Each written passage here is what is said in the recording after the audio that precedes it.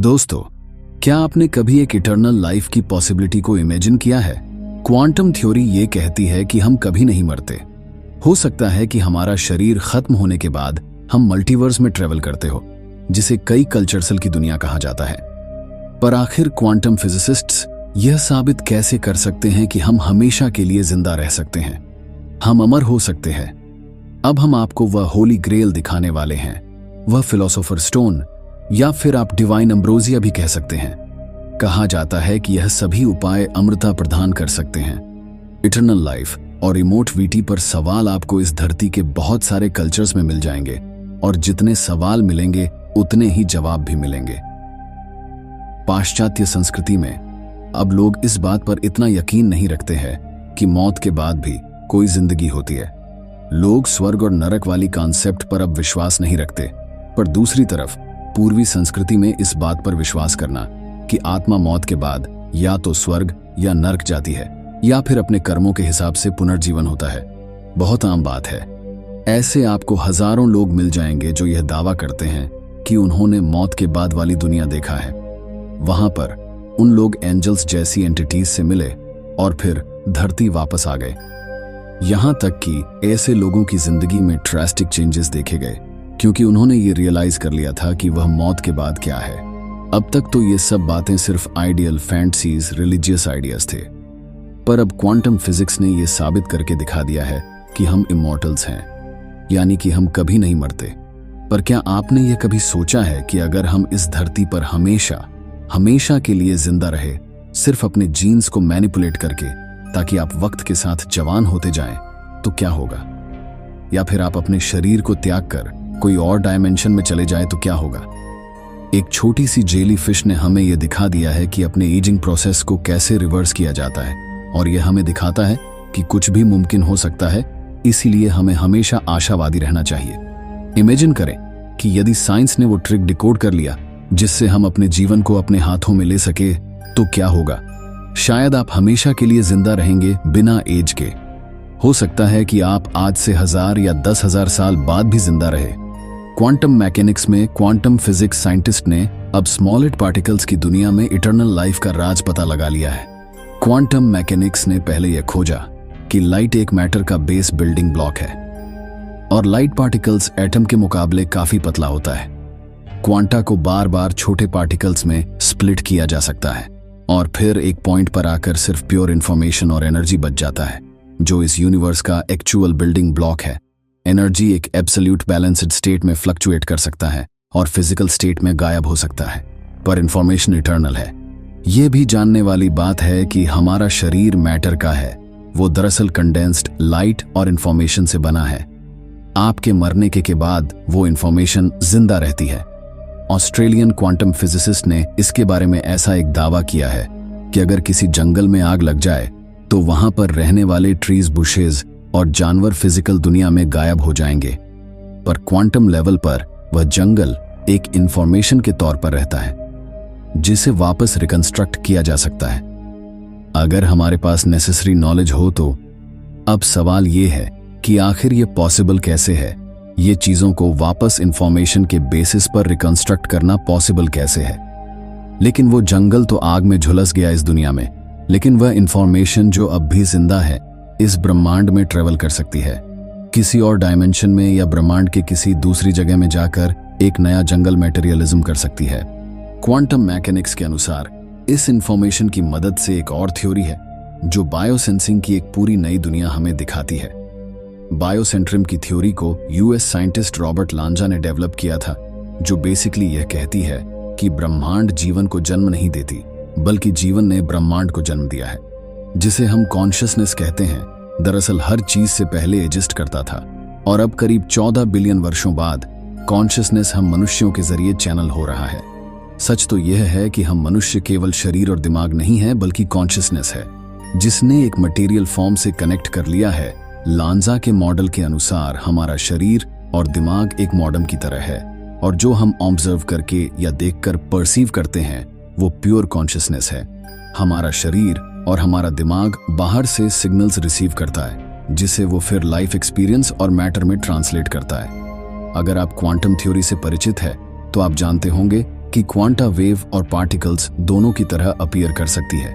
Waves unformed potential होते हैं, जबकि पार्टिकल्स ऑब्जर्वेशन से मैटर बन जाते हैं। कॉन्शियसनेस एक ऑन ऑब्जर्वर है। जब हमारा शरीर और दिमाग मर जाता है तो सिर्फ मोड खत्म होता है, पर सिग्नल्स फिर भी रहते हैं, जो कि एक दूसरे होस्ट में रीडायरेक्ट या रिसाइकल किया जा सकता है। लांस के बायोसेंस रियलिटी में लाइफ एक सिग्नल है जो बिना शरीर और दिमाग के भी जीवित रहता है, एक मॉडम की तरह। इसलिए कॉन्शियसनेस हमारे जरिए ब्रह्मांड को बनाती है। लांजा का यह आइडिया सबसे पहले 20वीं सदी के आखिर में प्रेजेंट किया गया था। उनके इस आइडियल को कुछ लोगों का समर्थन मिला तो कुछ लोगों ने इसे भयंकर तरीके से अपोज भी किया।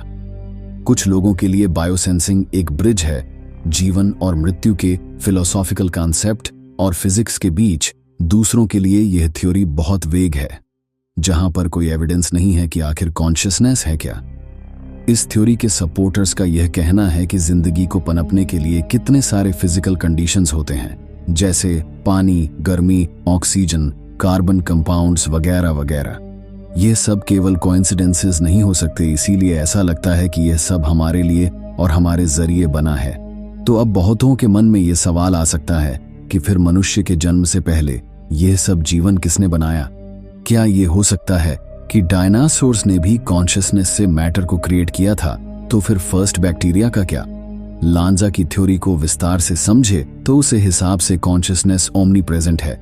ये आप में है, मुझ में है, पौधों में है, जानवरों में है और यहाँ तक कि कॉस्मो के लाइफ स्पेस में भी मौजूद है। ऐसे विचार रोमांचक रूप से कई प्राकृतिक धर्मों के जीवन की याद दिलाते हैं, जो मानते हैं कि जो कुछ भी अस्तित्व में है उसमें एक माया या एक चेतना भी होती है। लांजा की थ्योरी और कुछ और क्वांटम मॉडल्स ने यह प्रूव किया है कि कॉन्शियसनेस मैटर के ऊपर है। इसी की वजह से मौत के बाद भी जिंदगी होती है, या यूं कहे कि मौत का कोई वजूद नहीं है। ऐसा नहीं कि जीवन वास्तव में चेतना है और पदार्थ से बंधा नहीं है, बल्कि एक भ्रम के रूप में है, क्योंकि जीवन और चेतना अब हमारे शरीर से कनेक्टेड नहीं है। यदि हमारे शरीर और दिमाग को हटा दे तो कॉन्शियसनेस एक एनर्जी के फॉर्म में यूनिवर्स में इवेपरेट हो जाता है और किसी दूसरे डायमेंशन में जाकर वहां रहने लगता है। 20वीं सदी के मध्य में जर्मन फिजिसिस्ट बकरहाइम ने एक 12 डायमेंशन रियलिटी का मॉडल क्रिएट किया था, जो सुपर मटेरियल लेवल्स जैसे कि कॉन्शियसनेस और डिवाइन डायमेंशन को इंक्लूड करता था। हैरानी की बात यह है कि जब भी हम 10 और उसे ऊपर के डायमेंशन को कंसीडर करके मैथ्स के कुछ अनसोल्व्ड फार्मूला को सॉल्व करते हैं तो वह सॉल्व हो जाता है। इन्हीं में से एक डायमेंशन में कॉन्शियस एक नॉर्मल फोर्स हो सकता है। बस बात यह है कि इस वक्त हमारे पास इसे डिटेक्ट करने का या मेजर करने का जरिया नहीं है। 17 शताब्दी में रेने डेकार्ट ने क्लेम किया था कि शरीर और दिमाग दो फंडामेंटली डिफरेंट सब्सटेंसेस है। दिमाग इमटेरियल है और सोचता है, जबकि शरीर मटेरियल है और स्पेशली एक्सटेंडेड है। इन दोनों में फर्क होने के बावजूद वह इस बात पर यकीन रखते थे कि ये दोनों दिमाग के पाइनियल ग्लैंड में इंटरेक्ट करते हैं। पर आज के मेडिकल साइंटिस्ट को भी इस बात के सबूत मिलने लगे हैं कि शरीर और दिमाग एक दूसरे से क्लोज कनेक्टेड है और शरीर की बीमारी अक्सर दिमाग की वजह से ही होती है।